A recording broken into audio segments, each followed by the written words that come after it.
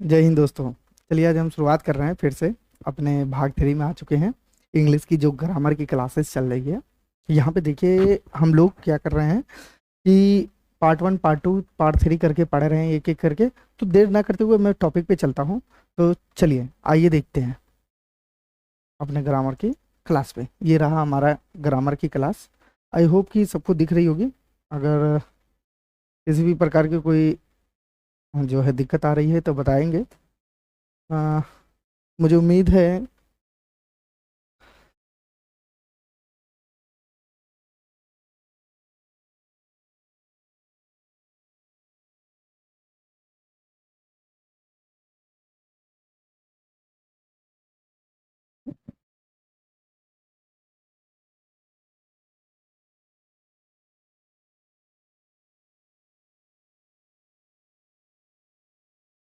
हाँ तो चलिए मुझे उम्मीद है कि आपको लोगों को देख रहा होगा। ये है यहाँ पे देखिए। आगे तो बढ़ते हैं हम लोग धीरे धीरे करके। चलिए यहाँ पे लेते हैं अपनी क्लासेस को शुरू करते हैं। ध्यान से देखिएगा जरा। यहाँ पे जो दिया हुआ है टेंस संबंधित नियम के अपवाद। ये जो मैं आपको बताया हूँ कि एक्सेलेंट की किताब से जो पढ़ा रहा हूँ, तो उसमें अब हमने जो पढ़ा है नियम, अब उसी के कुछ नियम हैं ऐसे कि जिनका अपवाद होता है। देखिए कोई भी चीज़ दुनिया में बनती है तो उसका अपवाद जरूर होता है। तो उसका अपवाद के बारे में पढ़ेंगे, यानी उसके अगेंस्ट, उस नियम के अगेंस्ट जो चीज़ें होती है उसी को अपवाद कहते हैं एक तरीके से। ओके बाबू। अपवाद उसी को कहते हैं एक तरीके से कि मतलब उस नियम के अगेंस्ट हो। Is that clear? चलिए आगे चलते हैं हम लोग, देखते हैं नीचे लिखी दशाओं में। और रिपोर्टिंग वर्ब, आपको पता है ये रिपोर्टिंग वर्ब किसे कहते हैं? ये सब तो आप लोग जान ही चुके हैं कि रिपोर्टेड स्पीच, रिपोर्टिंग वर्ब किसे कहते हैं। रिपोर्टिंग वर्ब के पास्ट टेंस में होते हुए भी रिपोर्टेड स्पीच का टेंस नहीं बदलता।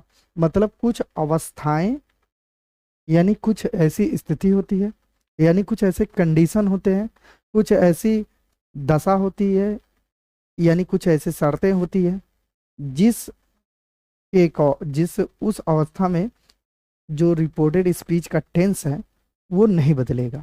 आ रही है बात समझ में? भले से रिपोर्टिंग वर्ब आपका पास्ट टेंस में हो, उससे मतलब नहीं है। क्या है कि रिपोर्टेड स्पीच का टेंस हर हालत में नहीं बदलेगा। अच्छा, वो कौन कौन से कंडीशन है, कौन कौन से टर्म एंड सिचुएशन है, उस सिचुएशन को हम एक एक करके डीपली से देखेंगे। चलिए आगे चलते हैं हम लोग।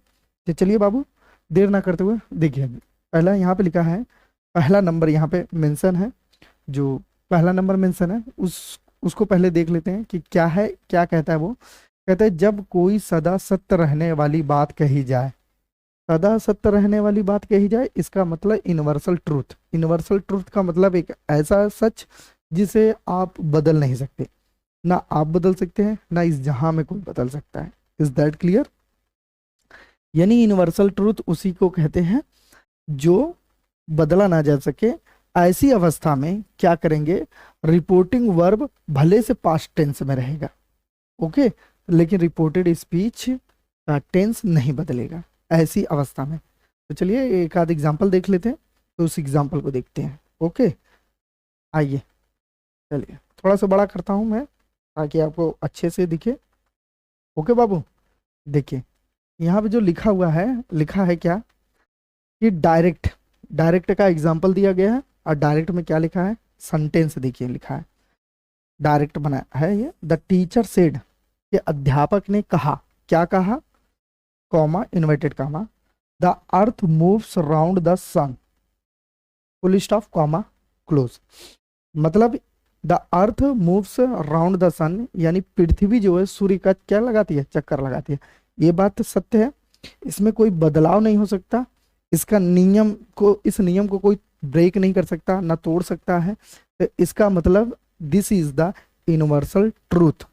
Okay, this condition is the universal truth, so that we can't change and can't modify in the reported speech. Okay, जबकि द रिपोर्टिंग वर्ब में पास्ट टेंस है, उसके बावजूद भी हम इस को चेंज नहीं करेंगे। तो नहीं करेंगे तो इनडायरेक्ट इसका कैसे बनाएंगे, देखिए इनडायरेक्ट बना है यहाँ पे, ये इनडायरेक्ट है। क्या लिखा है, द टीचर सेड, ऐसे ही उतर जाएगा द टीचर सेड। तो देखिए यहाँ पे द टीचर सेड उतर गया, द टीचर लिखा है। उसके बाद ये इन्वर्टेड कामा को आप दैट में कन्वर्ट कर दिए, तो यहाँ पे दैट लिखा है बाबू। फिर से लाइन से देख लीजिए, द टीचर सेड दैट। अब ये जिस का तेज उतार लेंगे, क्यों, क्योंकि जब इसमें मॉडिफाई नहीं करेंगे हम तो जैसे लिखा है वैसे ही उतार लेंगे। Is that clear. यानी the earth moves around the sun, तो जब चेंज ही नहीं करना है, क्यों लिखा है कि पास्ट टेंस में होते हुए भी, ओके, रिपोर्टिंग स्पीच का टेंस नहीं बदलेंगे, तो क्या करेंगे हम, the earth moves around the sun को ऐसे ही उतार लेंगे, the earth moves around the sun, और फुल स्टॉप लगा देंगे। हमारा इनडायरेक्ट का सेंटेंस कंप्लीट हो जाएगा। यानी डायरेक्ट से जो इनडायरेक्ट बनाने की प्रक्रिया थी हमारी कंप्लीट हो गई। Is that clear. चलिए, मुझे उम्मीद है कि आप लोगों को ये समझ में आ गया होगा। जिन लोगों को नहीं समझ में आया होगा कमेंट सेक्शन में कमेंट करेंगे, मैं उनकी कमेंट को पढ़ूंगा, जरूर पढ़ूंगा, और फिर उनको मैं रिप्लाई दूंगा as soon as possible. Is that clear. Okay, आगे चलते हैं। जब दूसरा है क्या, दूसरा पॉइंट है, जब कोई आदत संबंधी तथा हैबिचुअल कहा जाए, मतलब जब किसी आदत की बात हो, यानी हैबिचुअल मतलब किसी जब आदत की बात होगी तो उस सिचुएशन में भी हम क्या करेंगे, जो है रिपोर्टेड स्पीच के टेंस को नहीं बदलेंगे। हमें रिपोर्टेड स्पीच के टेंस को मॉडिफाई नहीं करेंगे, चाहे कुछ भी हो जाए। Is that clear. अब देखिए, डायरेक्ट का एक एग्जाम्पल लिया गया है। डायरेक्ट में क्या है, हरी सेड टू रवि, हरी नाम का एक लड़का है, उसने रवि से कहा, क्या कहा, हरी सेड टू रवि, ये इसकी हिंदी है। हरी सेड टू रवि की जो है हिंदी है बाबू, कि हरी ने रवि से कहा, क्या कहा, कॉमा, इन्वर्टेड कॉमा लगा है यहाँ पे, कि डॉग्स बार्क एट स्ट्रेंजर्स, कि मतलब अजनबियों पर कुत्ते क्या करते हैं, भौंकते हैं। कुत्ते जो है अजनबियों पे भौंकते हैं। ये कॉमन सी बात है कि आपके गांव मोहल्ले में आप या कहीं भी किसी कहीं पे जब बारात वगैरह में जाते हैं तो वहाँ पे क्या करते हैं, वहाँ के गाँव के कुत्ते अजनबी लोग क्या करते हैं, भटक आप पे भौंकते हैं। ओके, तो वो भौंकेंगे आप पे, तो ये बात क्या है, मतलब आदत है कुत्तों की, ये कुत्तों की आदत है। तो डॉग्स बार्क एट स्ट्रेंजर्स, तो क्या करना है, हरी सेड टू रवि, यहाँ पे देखिए क्या लगा है बाबू, ऑब्जेक्ट लगा है। तो जब ऑब्जेक्ट लगेगा तो सेड को हम किस में बदल देंगे, टोल्ड में बदल देंगे। तो हरी टोल्ड, और आपका टू हट जाएगा, ओके, टू आपका हट जाएगा, और क्या हो जाएगा, हरी टोल्ड रवि, इन्वर्टेड कामा को दैट में कन्वर्ट कर लेंगे, फिर डॉग्स बार्क एट स्ट्रेंजर्स को जिसका तेज उतार देंगे। तो यहाँ पे है, देखिए लिखा है डॉग्स बार्क एट स्ट्रेंजर्स, यानी अजनबियों पे कुत्ते भौंकते हैं। यानी इसकी इस इनडायरेक्ट वाले की हिंदी निकलेगी, हरी टोल्ड रवि दैट, हरी ने रवि को बताया कि डॉग्स बार्क एट स्ट्रेंजर्स, कि अजनबियों पे कुत्ते भौंकते हैं। ओके, चलिए, बहुत बहुत अच्छा। अगर जिन लोगों को नहीं समझ में आएगा वो कमेंट सेक्शन में जरूर मेंशन करेंगे, मैं उनको जरूर एक्सप्लेन करूंगा, ठीक है।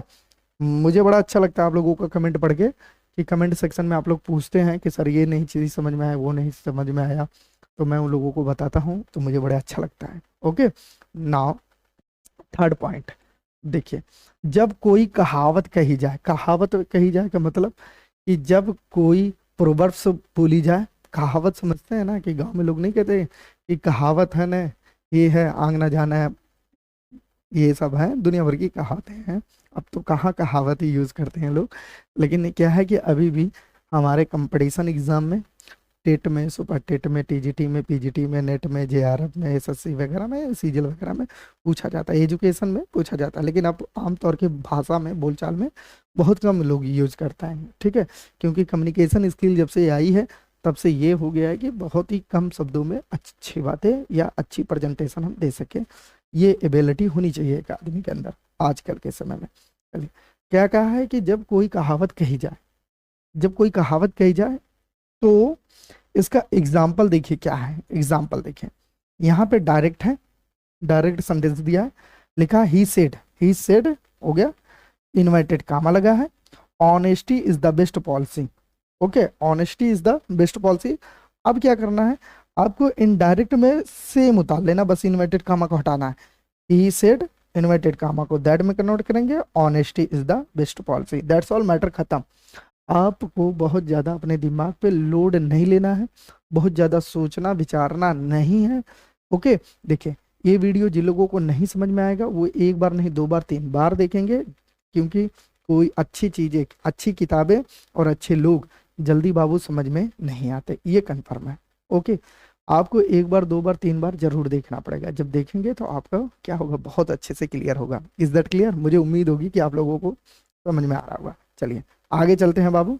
चौथा नंबर पॉइंट क्या है, जब किसी ऐतिहासिक घटना, ठीक है, जब किसी ऐतिहासिक घटना हिस्टोरिकल फैक्ट का जिक्र हो, मतलब किसी ऐतिहासिक घटना, यानी अगर लगा लो जैसे कोई जलियांवाला बाग के बारे में बात करें, ठीक है, या किसी हिस्टोरिकल फैक्ट के बारे में बात करें, तो उस समय पे उस कंडीशन पे भी हम जो है टेंस को मॉडिफाई नहीं करेंगे। आ रही है बात समझ में? Are you getting my point? Okay, चलिए, very good, that's good my point my dear.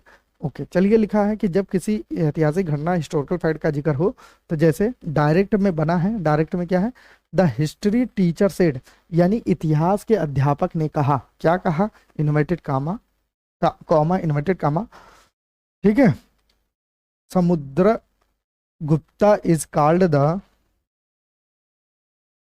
ठीक है, नेपोलियन ऑफ इंडिया, ठीक है। तो अब क्या करना है आपको, ये किसी हिस्टोरिकल के बारे में बता रहा है, तो आपको क्या करना है, इनडायरेक्ट में the history of teacher stated, यानी उन्होंने स्टेटमेंट दिया, यानी उन्होंने कहा, कामा इन्वर्टेड कामा को दैट में कर लिया, उसके बाद समुद्रा Gupta is called the Napoleon of India, ठीक है, नेपोलियन ऑफ इंडिया, जिसका तेज उतार दिया, बात खत्म हो गई। देखिए वो तो मेरे कहने का मतलब सिर्फ ये है कि दिमाग पे ज़्यादा जोर नहीं देना है, जब तक दिमाग पे जोर दोगे तब तक आप क्या हो जाओगे, कंफ्यूज हो जाओगे। जी, दिमाग पे अगर जोर देना शुरू करोगे तो कंफ्यूजन क्रिएट होगी, अब जब कंफ्यूजन क्रिएट होगी तो आप कुछ नहीं कर सकते, you can't do anything, because क्योंकि आपका दिमाग जो है उलझन में फंसा रहेगा, आपको उलझन से निकलना पड़ेगा, उलझन से जब निकलेंगे तब जाके आप किसी भी चीज़ को अच्छे से अचीव कर सकते हैं। Is that clear? मुझे उम्मीद होगी कि यहाँ तक आप लोगों को समझ में आ गया होगा। जिन लोगों को भी नहीं समझ में आया वो कमेंट सेक्शन में मेंशन करेंगे, तो I will reply as soon as possible when I read your comment. Okay, चलिए आगे चलते हैं हम लोग बाबू। हाँ, ठीक है, चलिए आप आ गए हैं, हम लोग एक्सरसाइज पे जरा देखते हैं, एक्सरसाइज देखते हैं। ओके, एक्सरसाइज में देखते हैं कि क्या हो। देखिए ये एक्सरसाइज है आपकी, एक्सरसाइज, ठीक है, एक्सरसाइज कहती है कि अभ्यास से ही आदमी आगे बढ़ता है, बिना अभ्यास का कुछ नहीं हो सकता। अभ्यास आप जितना करेंगे उतना ही जल्दी सफलता मिलेगी आपको, क्योंकि गुरु द्रोणाचार्य जब शिक्षा दे रहे थे पांचों पांडव और दुर्योधन को, इट मीन्स हस्तिनापुर के जितने भी राजकुमार थे सबको जब वो शिक्षा दे रहे थे, तो उसमें अर्जुन एक ऐसा बंदा था कि उससे अर्जुन ने पूछा, गुरुजी मैं बढ़िया धनुष, मतलब बढ़िया से धनुष बाण कैसे चला सकता हूँ। बच्चा था, तो उन्होंने कहा अभ्यास से। इट मीन्स जितना तुम्हारा अच्छा अभ्यास होगा उतना ही अच्छा तुम धनुष विद्या सीखोगे, यानी धनुष में तुम सफल हो जाओगे धनुष विद्या में। तो वो क्या करता है बंदा कि दिन में तो सीखता ही है, सब लोग सीखते हैं, लेकिन वो बंदा रात में उठ कर 2 बजे 2:30 बजे रात को प्रैक्टिस करता है। और प्रैक्टिस जब करता है वो, इट मीन्स एक्सरसाइज करता है। जब एक्सरसाइज करता है तो उस समय गुरु उठते हैं तो वो कहते हैं कि अरे तुम क्या कर रहे हो, तो तब वो कहता है कि सर आप ही ने तो कहा था कि एक्सरसाइज से bye practice you can achieve in your field anything. तो कहता है कि मान गया, तभी वो उसको इतना मानने लगते हैं कि मतलब ये इसको सीखने के प्रति देखो ललक कितनी है। तो वही चीज़ है कि जैसे हम लोगों ने पढ़ा दिया, आपको फैक्ट पढ़ा दिया, तो एक्सरसाइज बहुत ज़रूरी है बाबू। जब तक एक्सरसाइज नहीं करोगे तब तक आप कुछ नहीं पा सकते जीवन में। आप देखिए जब आप अपने जीवन में सीरियस होंगे ना, तो ये लगा लो आपके बहुत सारे मित्र छूट जाएंगे आपसे, बहुत सारे मित्र छूट जाएंगे, बहुत सारे रिश्तेदार छूट जाएंगे, बहुत सारे समाज से बहुत कुछ लोग छुट जाएंगे। ओके, लेकिन आप इन लोगों को छोड़ के जब आगे बढ़ेंगे, तो मैं ये नहीं कहता कि त्याग दो, लेकिन ये होगा कि वो लोग आपको त्याग देंगे, क्योंकि आप समय नहीं दे पाओगे, क्योंकि आप अपना समय सारा लक्ष्य पे निर्धारित कर चुके हो, यानी सब लक्ष्य को आप दे चुके हो सारा समय। तो वो लोग आपको धीरे धीरे करके छोड़ने लगेंगे, यानी सारे दोस्त, गांव के, मोहल्ले के, मार्केट के, रिश्तेदार, कुछ वो लोग आपको छोड़ देंगे।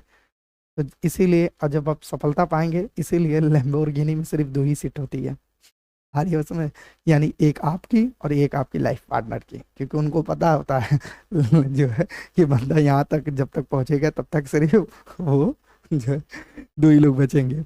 इट मीन्स एक आप खुद, एक आपकी लाइफ पार्टनर। तो मेरे कहने का मतलब ये नहीं है कि लाइफ पार्टनर ही हो, फैमिली हो, लेकिन मेरे कहने का मतलब यही है कि जो आपका बुरे वक्त में साथ देगा वही सिर्फ आपको वहां तक पहुंचेगा। चलिए एक्सरसाइज, एक्सरसाइज में देखते हैं बाबू। लिखा है एक्सरसाइज में जरा पढ़ते हैं। लिखा है change the following sentences into indirect speech. यहाँ पे एक्सरसाइज में कुछ सेंटेंसेस दिए गए हैं जिनको हमें इनडायरेक्ट स्पीच में क्या करना है, चेंज करना है। Is that clear? चलिए आगे चलते हैं। जिन लोगों को नहीं समझ में आएगा वो कमेंट सेक्शन में जरूर मेंशन करेंगे, विदाउट कमेंट सेक्शन में मेंशन किए आप नहीं समझ में आएगा। चलिए देखिए, चलते हैं बाबू। एक बात और, यहाँ पे क्या है कि अब मैं इसी के ऊपर लिखूंगा, आपको थोड़ा ध्यान देना पड़ेगा, बहुत बारीकी से, बहुत अच्छे से। ओके, चलिए एक एक सेंटेंस को हम लोग करेंगे। पहला सेंटेंस है, देखिए लिखा है माई टीचर सेड, मेरे अध्यापक ने कहा honesty is the best policy. पहले ही पे है कि मेरे अध्यापक ने कहा कि honesty is the best policy. तो आपको क्या करना है, आपको ये समझना है कि इसका जो रिपोर्टेड स्पीच है, यानी ये वाला भाग जो कॉमा इन्वर्टेड कॉमा के अंदर है, ठीक है, कि इन्वर्टेड कॉमा के अंदर है, उसकी टर्म एंड कंडीशन क्या है, सिचुएशन क्या है, उसकी टर्म एंड कंडीशन में है वो या किसी टेंस में है। अगर वो किसी टेंस में नहीं है तो दूसरा स्टेप टर्म एंड कंडीशन में होगा। अगर वो टर्म एंड कंडीशन में है तो आप उसको पढ़िए कि क्या है। Honesty is the best policy, यानी ये एक प्रकार का ये कहावत है। तो क्या करना है, माई टीचर को ऐसे उतारना है, तो लिखना है माई टीचर, इस तरीके से बाबू। आप क्या करना है, कॉमा इन्वर्टेड कॉमा को क्या करना है, दैट में कन्वर्ट करना है। तो यहाँ पे आप लिखेंगे दैट। अब क्या है, honesty is the best policy, तो honesty is the best policy को उतार लेना है, पॉलिसी को, और फुल स्टॉप लगा देना, बस आपका इनडायरेक्ट सेंटेंस कंप्लीट हो गया। आ रही है बात समझ में? जो इनडायरेक्ट सेंटेंस बनाना था वो कंप्लीट हो चुका है। मुझे पूरी उम्मीद होगी कि आपको यहाँ तक समझ में आ गया होगा। अगला चलते हैं, दूसरा वाक्य देखिए। माई फादर सेड, मेरे पिताजी ने कहा, क्या कहा, comma inverted comma, the earth moves around the sun. ये भी वही है, यूनिवर्सल ट्रूथ है, यानी ये ये भी टर्म एंड कंडीशन में है। तो आपको क्या करना है बाबू, आपको उतारना है। कैसे उतारना है, देखिए ध्यान से समझिएगा, समझिएगा बहुत अच्छे तरीके से। ओके, उतारना कैसे है, देखिए यहां पर उतारेंगे, लिखेंगे आप माई फादर, माई फादर उतार लेंगे, उसके बाद सेड, उसके बाद कॉमा को, इन्वर्टेड कॉमा को क्या करेंगे, दैट में कन्वर्ट कर देंगे, तो यानी माई फादर सेड दैट। अब उसके बाद the earth moves around the sun, inverted comma हटा के आप the earth moves around the sun लिख देंगे, तो the earth, okay, moves, moves around the sun, यहाँ पे फुल स्टॉप लगाएगा। ये आपका इनडायरेक्ट का सेंटेंस क्या हो गया, कंप्लीट हो गया। आ रही है बात समझ में? मतलब किसी भी प्रकार की कंफ्यूजन, किसी भी प्रकार की उलझन, किसी भी प्रकार की परेशानी, तकलीफ नहीं होनी चाहिए। Is that clear? चलिए, मुझे उम्मीद होगी कि आप लोगों को यहाँ तक समझ में आ गया होगा। यानी हमने क्या कर लिया, एक्सरसाइज में 2 सेंटेंस को डन कर लिया। ओके, जिन लोगों को नहीं समझ में आ रहा होगा कमेंट सेक्शन में मेंशन करेंगे, मैं उन लोगों को एक्सप्लेन करूंगा। ओके, चलिए आगे चलते हैं बाबू। अगला वाक्य देखते हैं, क्या है, तीसरा नंबर। तीसरा नंबर लिखा ही सेज, उसने कहा, क्या कहा, द चाइल्ड इज क्राइंग, यानी ये इसको पहचानेंगे कि ये कौन सा टेंस है। द चाइल्ड इज क्राइंग यानी प्रेजेंट कंटिन्यूअस टेंस है। ओके, तो he says the child is crying, तो आप क्या करना, ही सेज है तो ही सेज को ही सेज में ही रहने देंगे, ही सेज को ही सेज में ही रहने देंगे। Okay, sorry,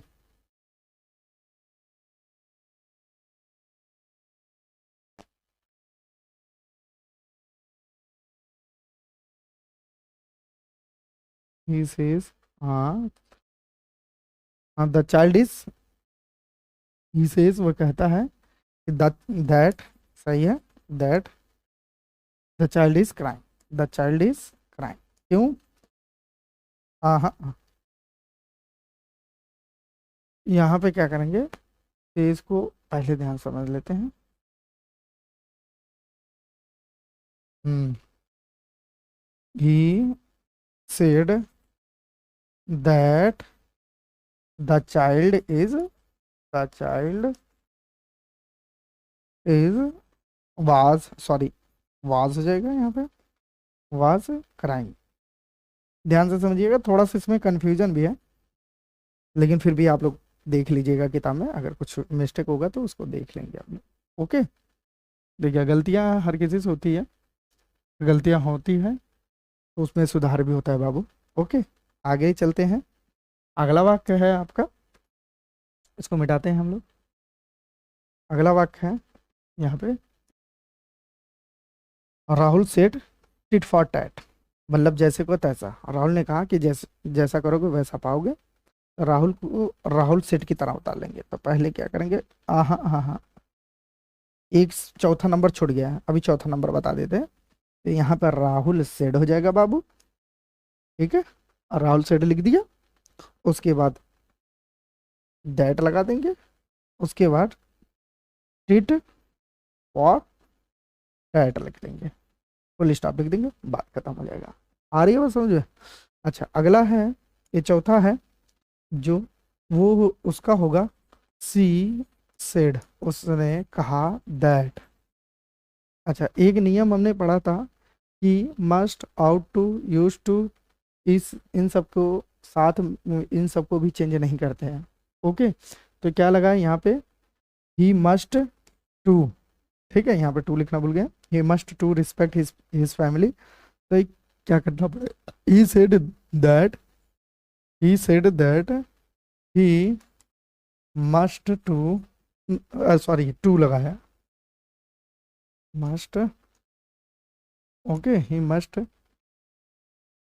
respect respect his family, बस हो जाएगा क्लियर, कि उसे अपने परिवार का क्या करना चाहिए, मदद कर, सॉरी, फैमिली का रिस्पेक्ट करना चाहिए।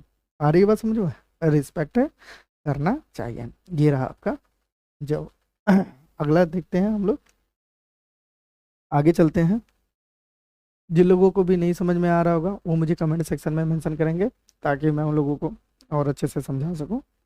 चलिए, ये छठवां नंबर है आपका, छठवां नंबर में देखते हैं हम लोग। ओके बाबू, छठा नंबर लिखा ही सेड। अच्छा, छठा नंबर तो पढ़ ही लिए थे।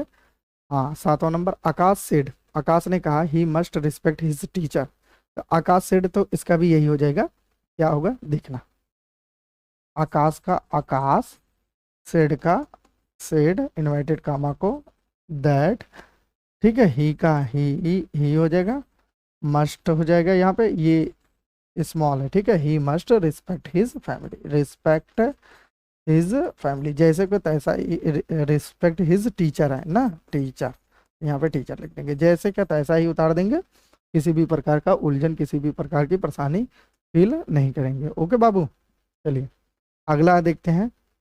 माई टीचर सेड, मेरे अध्यापक ने कहा कि 2 और 2 मेक 4, मतलब 2 और 2 मिलके क्या होते हैं, 4 होते हैं बाबू। इसको बनाएंगे, कैसे बनाएंगे जरा देखिए जरा, तो ये भी यूनिवर्सल ट्रूथ है, यानी इसको भी चेंज नहीं किया जा सकता है। जब इसको भी नहीं चेंज किया जा सकता है तो इसको कैसे लिखेंगे, क्या होगा कि माई टीचर सेड, तो माई यहाँ पे टीचर हो जाएगा, माई टीचर इन्वर्टेड कामा को दैट में, फिर लिखेंगे two and two make four, बस बात खत्म हो जाएगी। Make four full stop, that's all matter खत्म। अगला देखिए 9वां नंबर देखिए, my parents said good boys ought to obey their elders, यानी अच्छे बच्चों को बड़ों का कहना मानना चाहिए। तो ये कैसे बनेगा, माई पेरेंट्स सेड, तो माई पेरेंट्स सेड हो जाएगा इन्वर्टेड कामा को दैट में, गुड बॉय को गुड बॉयज लिखेंगे, आउट टू है तो आउट टू को हम चेंज नहीं कर सकते, ये नियम है। और ओबे को ओबे लिखेंगे, और दियर को दियर लिखेंगे, एल्डर को क्या लिखेंगे, एल्डर से ही लिखेंगे, और फुल स्टॉप लगा देंगे, बस बात खत्म हो जाएगा।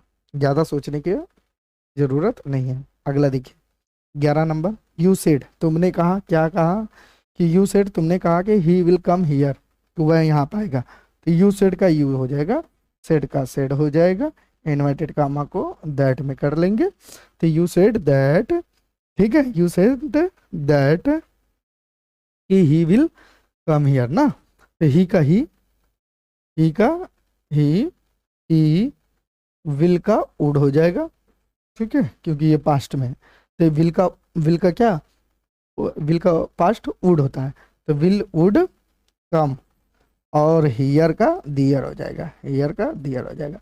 ये हियर का दियर कैसे हो रहा है, ये अभी एक नियम है, आगे पूरा चार्ट बना है, उसमें हम लोग बारीकी से अच्छे से पढ़ेंगे। इज दैट क्लियर, आ रही है बात समझ में? चलिए आगे चलते हैं। 11 हो गया, अगला देखते हैं हम लोग बाबू। 11वां के बाद ये आपका 12 नंबर। ओके, 12 नंबर में क्या क्या है जरा देखते हैं। हाँ ओके, ये है 12 नंबर। सी सेड, उसने कहा, she will teach you, she will teach, तो सी का सी हो जाएगा, सेड का सेड हो जाएगा, इन्वर्टेड कामा का दैट। अब क्या है, सी विल टीच, यानी ये फ्यूचर टेंस है, सिंपल फ्यूचर टेंस है, तो विल का क्या होता है, वुड होता है, तो सी का सी ही रहेगा, और विल को सिर्फ वुड में कन्वर्ट कर देंगे, और टीच को टीच में उतार देंगे, फुल स्टॉप लगा देंगे, बस बात खत्म, मैटर खत्म। बहुत ज़्यादा देखो सोचने वाली विचार करने वाली बात नहीं है, बहुत ज़्यादा उलझन में नहीं पड़ना है। 13 नंबर, ही सेड, अब देखो ही सेड को ही सेड की तरह उतारो, पहले इन्वर्टेड कामा को दैट में पहले कन्वर्ट करो, तो तुरंत दैट में कन्वर्ट कर लिया। उसके बाद ही विल टीच इंग्लिश, तो बस यहाँ पे लिखेंगे ही, विल को वुड में कर देंगे, और टीच को टीच करेंगे, इंग्लिश को इंग्लिश लिख देंगे, मैटर हो जाएगा खत्म। ओके, इंग्लिश में इंग्लिश लिख के मैटर हो जाएगा खत्म, बहुत ज़्यादा उलझन में आने की जरूरत नहीं है। अगला देखिए 15 number, sorry 14 number, he said I will come here, तो ही सेड है, तो ही का ही, सेड का सेड, इन्वर्टेड कामा का दैट। अब कौन कह रहा है कि आई विल कम हियर ना, तो आई जो है ही के अनुसार चेंज होगा, तो क्या हो जाएगा, ही विल है ना, तो विल को वुड में कन्वर्ट कर देंगे, और कम को कम में रखेंगे, हियर को देयर में कर देंगे, इन फुल स्टॉप लगा देंगे, बस बात खत्म। कैसे हो रहा है, आप लोग बार बार नियम को पढ़ेंगे, जब तक नियम को नहीं पढ़ेंगे बाबू तब तक आप लोगों का कॉन्सेप्ट क्लियर नहीं होगा। विदाउट नियम का पढ़ने से कॉन्सेप्ट क्लियर नहीं होता है, जब तक कॉन्सेप्ट आप लोग देखेंगे नहीं ध्यान से। आ रही है बात समझ में? देखिए किन किन लोगों को बात समझ में आ रही है तो बताएगा वो मुझे। हाँ ठीक है, आ रहा है ना? चलिए आगे चलते हैं हम लोग। ओके चलिए,